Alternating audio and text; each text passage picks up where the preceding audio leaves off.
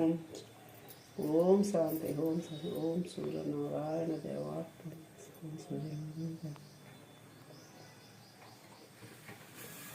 ఓం సూర్యనారాయణ ఓం సూర్యనారాయణ ఓం సూర్యనారాయణ ఓం సూర్యనారాయణ.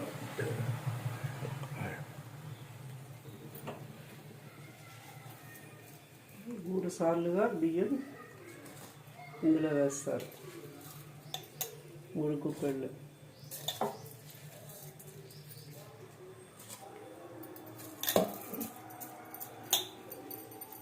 ఆవు పాలు పొంగిన తర్వాత బియ్యాన్ని 3 ఆల్రెడీ నానబెట్టిన బియ్యాన్ని చెరుకుగడ ముక్కతోటి పరవాణాన్ని ఇలా కలుపుతారు. కానీ చెరుకుగడ ఇప్పుడు మనం తేలేదు కనుక స్టీలు కుంపడి పెట్టి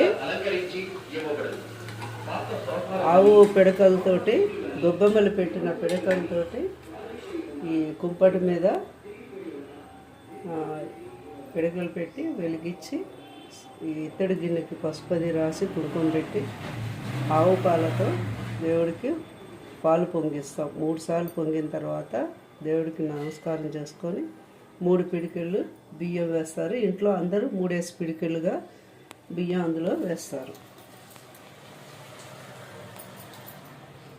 తర్వాత బెల్లం అది వేసి కొంచెం బాగా కలుపుకొని సూర్య నమస్కారాలు చేసి సూర్యుడు పూజ చేసుకొని 7 రథాలుగా తయారు చేసి చిక్కుడుకాయ మీద పుల్లలతోటి రథం తయారు చేసి చిక్కుడు ఆకు దాని మీద పెట్టి అప్పుడు దేవుడికి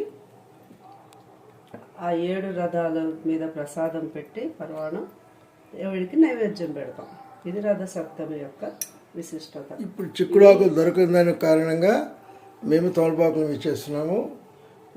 మామూలు మట్టి కొండలో చేయమన్నారు ఈ పాయసం. కాకపోతే ఇత్తడి గిన్నె 100 సంవత్సరాలు కిందటి ఇత్తడి గిన్నె ఇది.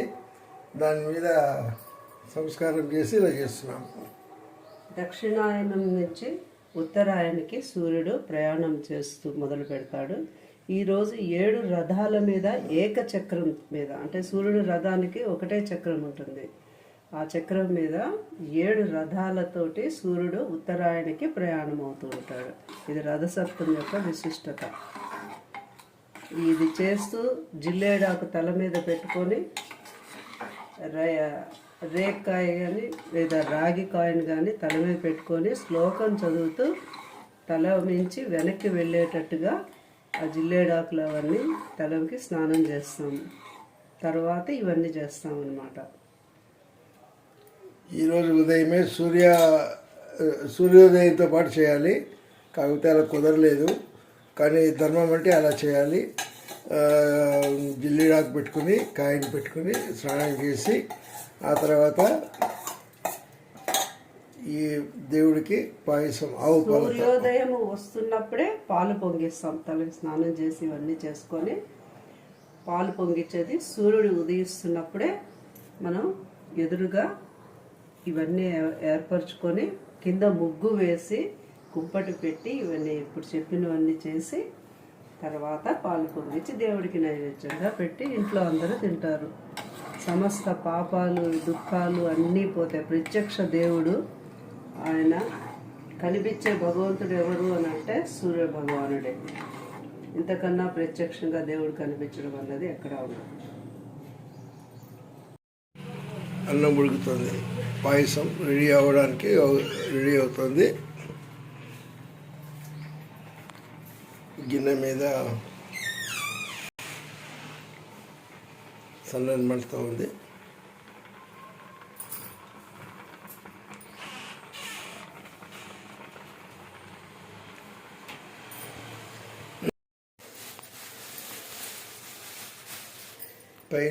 పాయసం అయిన తర్వాత పైన బెల్లం వేస్తున్నాము. అప్పుడు కంప్లీట్ అయినట్టు రైస్. అన్నము పాయసం రెడీ అయింది. ఆ పైన బెల్లం వేసి తిప్పుతాం.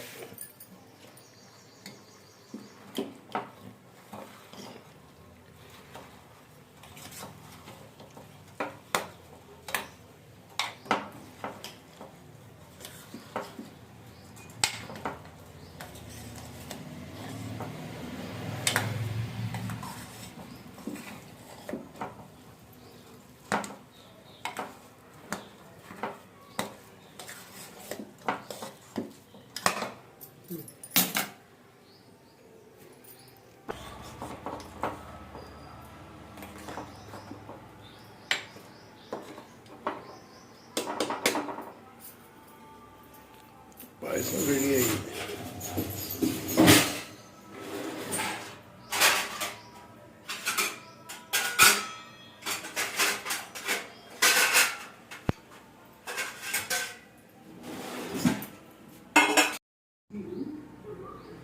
ప్రసాదము 7 రథాల మీద పెట్టి స్వామికి